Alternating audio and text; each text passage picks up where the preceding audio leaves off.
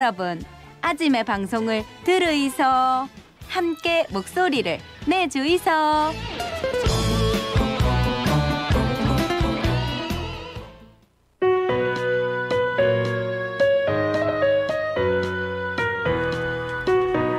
자, 한 주를 마무리하는 금요일 아침입니다. 부산의 문화예술의 다양한 소식 이슈를 전해드리겠습니다. 플랜B 문화협동조합의 이효주 예술기획실장 전화래요. 스튜디오에 함께합니다. 어서 오십시오. 어서 오십시오. 안녕하세요. 자, 6월의 첫 번째 주말을 앞두고 있습니다. 어떤 문화예술 소식 준비하셨는지요? 네, 내일은 6월 5일 세계 환경의 날인데요. 그래서 오늘은 환경과 관련된 문화 소식부터 준비했습니다.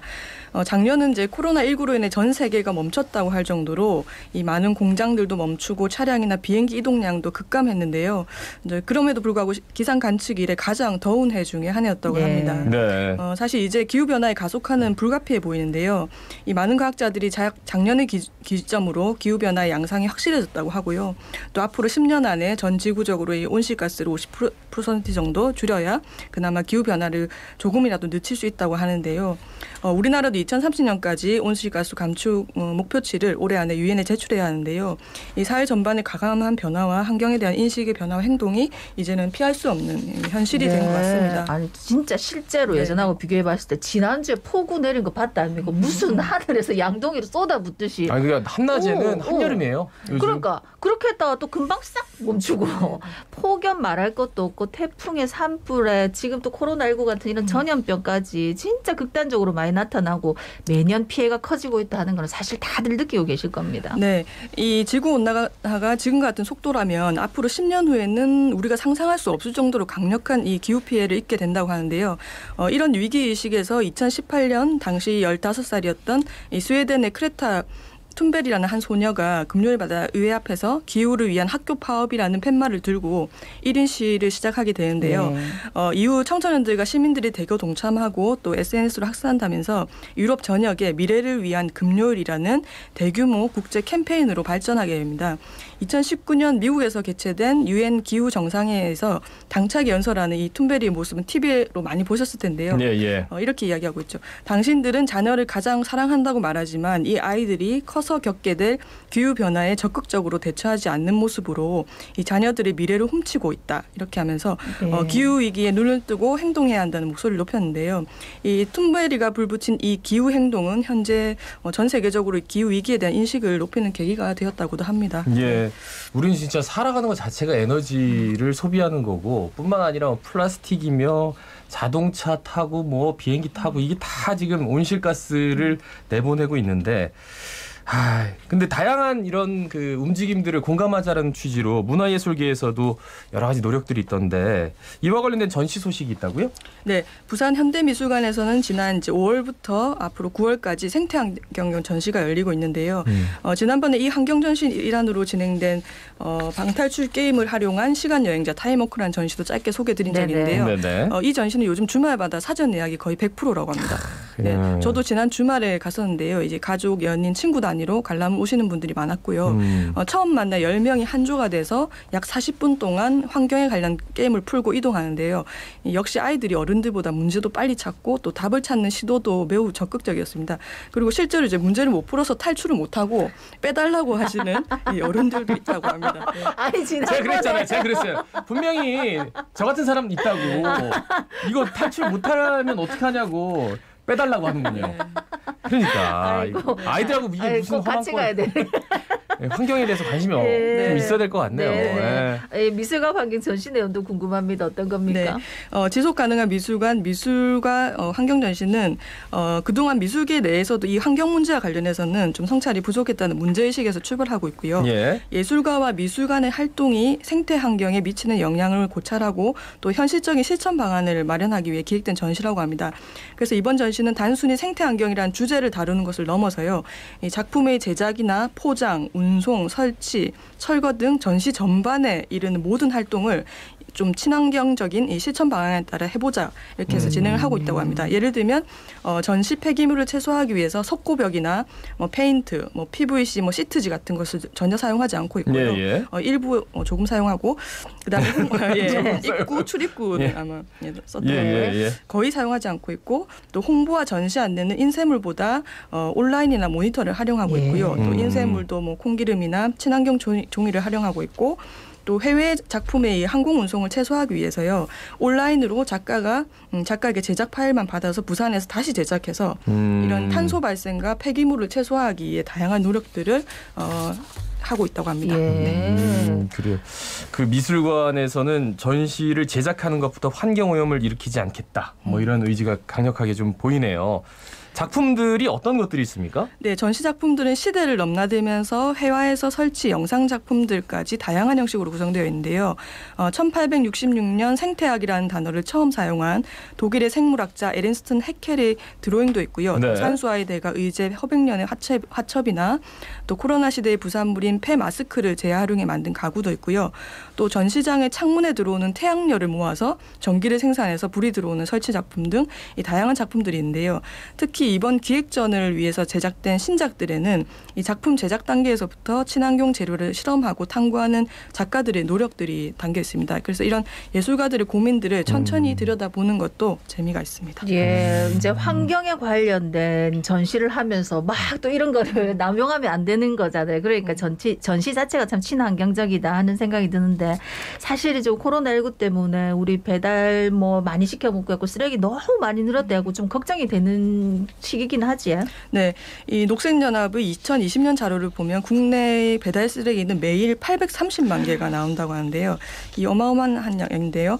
이 설문조사에 따르면 시민 4명 중에 3명은 이 배달 쓰레기를 버릴 때 죄책감이 든다고 말하고 있는데요. 한 명은 죄책감이 안 드는 거예요? 야, 대단한 강심장인데 진짜 아니 너무 깨림직해요 정말. 그 그렇죠. 안에 이렇게 막 그 김치 국물 같은 거 묻혀 있으면 이게 빠지지도 않고 해가지고 그냥 쓰레기통에 버리거든요. 씻어가지고. 네네. 많은 분들이 이 문제점은 인식하고 있습니다. 그래서 저희도 이제 사실 문화예술 행사를 바쁘게 진행하다 보면 일회용품을 사용하게 되는데요. 사실 마음 편치가 않습니다. 독일에서는 1991년부터 공공장소에서 진행되는 행사에 일회용기 사용을 규제하고 있고요. 또 일본이나 호주 그리고 최근에는 국내에서도 이 행사를 할 때 일회용품보다 보증금을 받고 적은 비용의 보증금을 받고 다회용 컵이나 텀블러 그리고 또 재사용이 가능한 이 용기들을 제공하는 것들이 조금 늘고 있다고 합니다. 그리고 다회 용기 경우에는 현장에서 세척을 해야 하는 문제도 있는데요. 최근에는 이런 식기를 대여하고 세척해주는 서비스를 해주는 스타트업들도 생기고 있다고 합니다. 작년에 서울 환경운동연합에서는 일회용품 안 쓰는 행사 만들기 가이드라인이라는 자료도 이제 배포했는데요. 내용을 보면 현수막 제작이나 식음료의 준비, 그다음 포장이나 기념품 제작 등에 대한 방안들을 제시하고 있고요. 앞으로 이런 정보들이 조금 더 많아지고 또 공유되어서 우리 일상 곳곳에서 좀 적용되었으면 좋겠고요. 또 보편적인 기준으로 좀 자리 잡았으면 좋겠습니다. 예, 그래요. 이게 습관인데 코로나19 탓으로 돌리기에는 우리가 좀 지나치게 많이 플라스틱을 사용하게 됐어요. 다시 좀 제자리를 찾아야 되는데. 다음은 부산시립미술관에서 환경과 관련된 전시라고요? 네, 부산시립미술관에서는 지난 4월부터 앞으로 9월까지 이토록 아름다운이라는 전시가 진행되고 있는데요.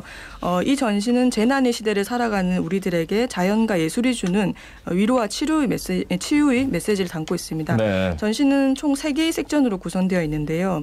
첫 번째 섹션은 세계의 구조적 모순과 새로운 미래를 상상한 작품들인데요. 그중 이제 도나 헤러웨이의 지구 생존 가이드라는 영상 작품을 소개해드리자면요. 도나 헤러웨이는 70대 후반의 페미니스트 과학 철학자로 이 대한가족을 이뤄서 숲속에 집을 짓고 연구하면서 이 시종일관 유쾌하게 독창적인 견해를 펼치는 급진적인 할머니인데요. 급진적인 할머니. 네. 이 작품에서는 SF 소설과 영화적 상상력을 연결해서 인간과 그 지구 생태계 진화의 전망을 예언처럼 말하고 있습니다. 2016년에 개봉된 이 다큐멘터리는 전 세계 교육기관과 박물관에서 지속적으로 상영되고 있다고 하고요. 이번 부산시립미술관에서는 80분 풀 버전으로 보실 수 있습니다. 그 영상이 이제 스토리가 있다는 거고 그걸 보면 사람들이 이게 환경 문제 우리가 다시 생각해야겠다 이런 생각을 한다는 거잖아요. 아니 그 제목부터가 급진적인 할머니 너무 참신하고 좋은데. 지구 생존 가이드. 그것도 나머지 전시들은 어떤 네. 것들이 있습니까? 네, 두 번째 섹션은 명상의 방처럼 꾸며진 공간에 한국과 일본에서 실시간으로 전달되는 이 숲속의 소리를 들을 수 있는 사운드 체험도 할 수 있고요. 그리고 코로나19 재난 상황으로 떠난 고인들과 남겨진 사람들을 애도하는 늦은 배웅이라는 전시가 있습니다. 그리고 마지막 섹션은 대자연의 위대함과 생명력을 보여주는 이 대형 사진 작품과 영상 작품들로 구성되어 있습니다. 예, 이제는 환경 문제가 진짜로 이제 가장 큰 이슈가 되는 시대가 됐어요. 예, 많은 분들이 좀 함께 하셨으면 좋겠고 이번에는 6월에 볼 수 있는 공연 소식 전해주실까요? 네, 6월부터는 두 개의 국제 공연 행사가 연달아 진행 예정인데요. 우선 국제무용제가 6월 4일 오늘부터 7일까지 나흘간 영화의 전당과 해운대 해변 특설무대에서 진행 예정입니다. 이번 행사는 코로나19 시기로 온라인, 오프라인 병행 방식으로 진행되는데요. 국제무용제는 해변 무용축제로 매년 다양한 무용 공연과 또 젊은 안무가들이 경연 무대 그리고 시민들이 참여하는 프로그램들로 진행되고 있는데요. 예전에는 해변 무대에 많은 작품을 올렸는데 네네. 이 해변의 습기로 무대가 미끄러워서 대부분의 본공연 작품들은 실내로 들어가고요. 일부 작품과 또 관객과 소통하는 프로그램들만 해변 특설 무대에서 진행하고 있다고 합니다. 예, 그리고 공연하시는 분들 안전도 중요하긴 네네. 하니까요. 근데 사실 매년 5, 6월 되면은 뭐 강한리 해수욕장, 해운대 해수욕장에서 국제 연극제도 하고 국제 무용제도 해가지고 공연이 많았었는데 참 코로나19 때문에 아쉽기는 합니다. 근데 올해는 어떤 공연들 볼 수 있습니까? 네, 올해는 국내외 총 56개의 작품을 선보일 예정인데요. 예. 역시 코로나로 인해 이제 개막과 폐막 공연과 일부 프로그램만 현장에서 진행하고요. 나머지 공연 작품들은 3일간 온라인 유튜브나 네이버 TV 공식 홈페이지를 통해서 상영될 예정입니다. 그런데 현장에서 즐길 수 있는 공연 중심으로 한번 살펴보면요. 우선 6월 4일 개막 축하 공연이 영화의 전당 하늘연 극장에서 진행 예정인데요. 예. 국립발레단과 이탈리아 출신 무용가 안무가의 에이댄스 프로젝트, 김남진 피지컬 시어터, 신은주 무용당 등 총 6개의 단체의 무용 공연이 준비되어 있고요. 그리고 영화의 전당에서는 이 무용제 기간에 맞춰서 댄싱 베토벤이나 뭐 그녀에게 같은 무용 영화도 특별 상영한다고 합니다. 예. 요즘은 이제 현장에서 즐기던 많은 공연들을 유튜브나 이런 그 SNS를 즐기는 게 익숙해졌어요. 네. 그런데 역시나 현장에서 즐기는 게 좀 좋긴 좋더라고요. 맞습니다. 예. 그 현장감을 느끼면서 볼 수 있는 게 혹시 없을까요? 네, 개막 초청장 외에도 이제 현장에서 전문 공연을 즐기시고 싶은 분들께는요. 6월 2일 영화의 전당에서 진행되는 아츠코리아 20일 국제 안무가 육성 경연의 결선 무대를 추천드리는데요. 이 젊은 안무가들의 발굴과 육성 그리고 해외 진출의 계기를 마련하기 위해 진행되는 프로그램으로 아무래도 결선 무대인 만큼 열띤 분위기로 진행되기 때문에 또 주목해 보셔도 좋겠습니다. 그리고 뭐 부대 행사로 6월 5일 토요일에 해운대 해변 특설 무대에서 아마추어 동호회를 비롯해서 일반 시민들이 직접 무대에 올라 춤을 겨루는 행사도 있습니다. 예. 아니 사실 또 이런 아마추어 동호회 이런 분들 굉장히 열의를 가지고 하시기 때문에 그럼요. 보면 또 전문가들하고 다르게 재밌더라고요. 네. 어쨌든 이번 국제무용제가 코로나19로 지친 일상의 즐거움과 활기를 줬으면 좋겠고 우리 시민분들도 혹시 지나가실 때 보시면 이제 거리 조금 두시고 방역 잘 생각하시면서 보시면 좋겠고요. 그다음에 세계 유명 무용 작품들 이제 온라인으로도 무료로 보실 수 있다니까 이번 기회에 한 번쯤 보시면 좋겠다 하는 생각이 듭니다. 그리고 이제 무용제 끝나면 그 다음 주에는 부산 국제 연극제도 한다고요. 어떤 내용입니까? 네, 다음 주부터는 이제 6월 11일부터 20일까지는 부산 국제 연극제가 개최되는데요. 연극제 역시 개막작과 폐막작은 영화의 전당에서 보실 수 있고요. 그 외 초청 작품들은 연극제 기간 열흘 동안 유튜브와 네이버 TV 또 뭐 온라인을 통해서 자유롭게 시청하실 수 있습니다. 이 초청작들을 짧게 살펴보면요. 예. 한국 벨기에 수교 120주년 기념 초청작 두 편이 있는데요. 1986년 체르노빌 원전 사고를 주제로 한 잊혀진 땅이라는 작품과 또 장거리 비행으로 인한 피로감을 코믹한 상황으로 풀어낸 완벽한 여정이라는 작품이 있고요. 그 외 해외 거리극 6편과 국내 거리극 8편도 보실 수 있습니다. 이 자주 접하기 힘들었던 다양한 해외 연극들을 올해는 온라인으로도 좀 감상하시는 기회 되시면 좋겠습니다. 자세한 내용은 부산국제연극제 공식 홈페이지를 참고하시면 됩니다. 예, 여기까지 문화예술 소식 고맙습니다. 네. 고맙습니다. 자, 지금까지 플랜B 문화협동조합의 이어주 예술기획실장이었습니다. 자, 오늘 마지막 곡을 준비했는데